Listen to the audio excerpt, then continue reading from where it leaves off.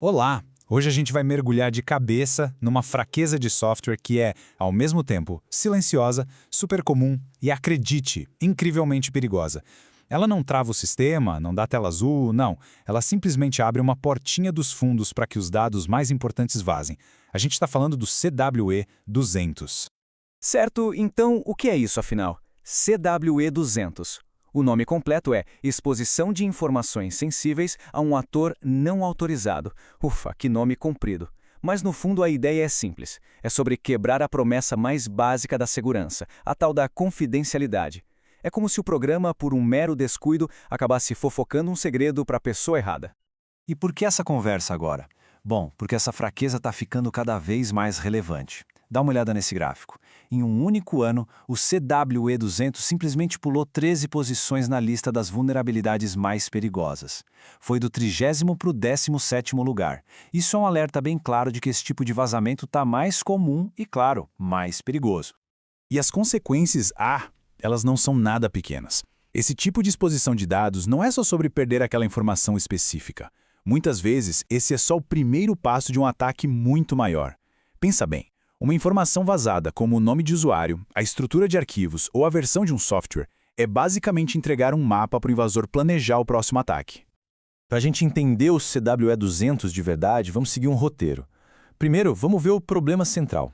Depois, como alguns segredos ficam assim escancarados e como até mensagens de erro podem ser super reveladoras. Aí a gente explora uns canais de ataque mais avançados e, claro, no final, o mais importante, como fechar essas torneiras de dados. Vamos lá então, começando pelo básico, pela essência da coisa. No final das contas, é só isso. Não importa quão complexo seja o sistema, a falha é fundamentalmente simples. Sabe, é o equivalente digital de você falar uma coisa confidencial em voz alta num lugar público. Um pequeno descuido na programação pode transformar o sistema mais blindado do mundo num livro aberto. Certo. Agora vamos para a segunda parte e ver como isso acontece na prática, começando pelos casos mais óbvios de todos. Essa pergunta já nos leva direto para o coração do problema mais comum. O que será que acontece quando a conveniência passa por cima da segurança de um jeito tão descarado? A resposta é essa palavrinha aí, hard coding. É quando senhas, chaves de acesso, qualquer tipo de segredo é escrito diretamente no código do programa. Como nesse exemplo aqui. A senha do banco de dados está ali, em texto puro, dentro de um arquivo. Se o invasor põe a mão nesse código, pronto, ele pegou a chave do reino. E olha, isso não é teórico não, acontece o tempo todo. Esse primeiro caso, o CVE 2022-25512, é sobre tokens de acesso que foram deixados no código JavaScript, visíveis para qualquer um que inspecionasse o código da página.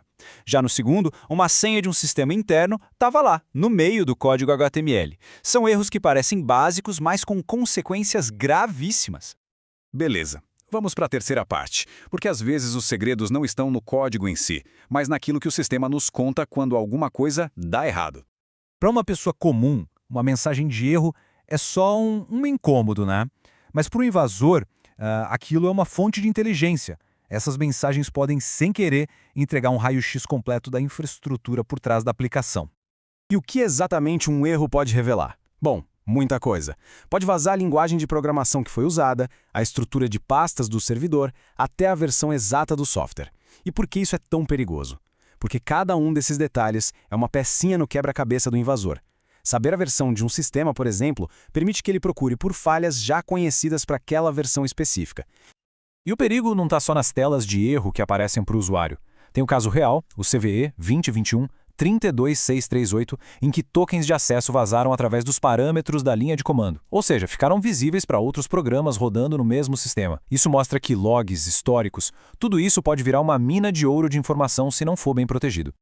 Vamos avançar um pouco mais agora na seção 4 e ver como isso pode ficar ainda mais profundo. Aqui os invasores não ficam esperando um erro acontecer. Eles vão atrás da informação ativamente, ou usam métodos bem mais sutis. Basicamente, existem duas grandes abordagens. A coleta ativa é como interrogar o sistema, sabe, fazer perguntas e ver o que ele responde. Já a observação passiva é mais como espionagem, analisar os sinais que o sistema emite sem que ele sequer saiba que está sendo observado.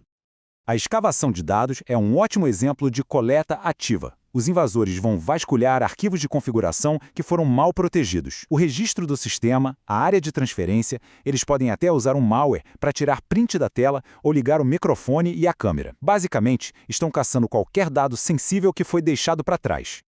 Agora, aqui a coisa fica, nossa, fascinante. São os ataques de canal lateral. Eles são passivos extremamente sofisticados. Em vez de atacar os dados de frente, eles analisam os efeitos colaterais do processamento.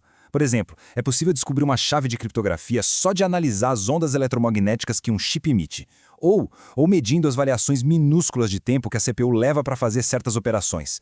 A analogia é perfeita. É como adivinhar o segredo de um cofre só de ouvir os estalinhos da tranca. Ok, já vimos o tamanho do problema. Agora, na quinta e última parte, vamos focar na solução. Como é que a gente pode, de fato, impedir que esses vazamentos aconteçam? A prevenção se baseia em alguns pilares. Primeiro, e talvez o mais importante, nunca, jamais, coloque segredos no código.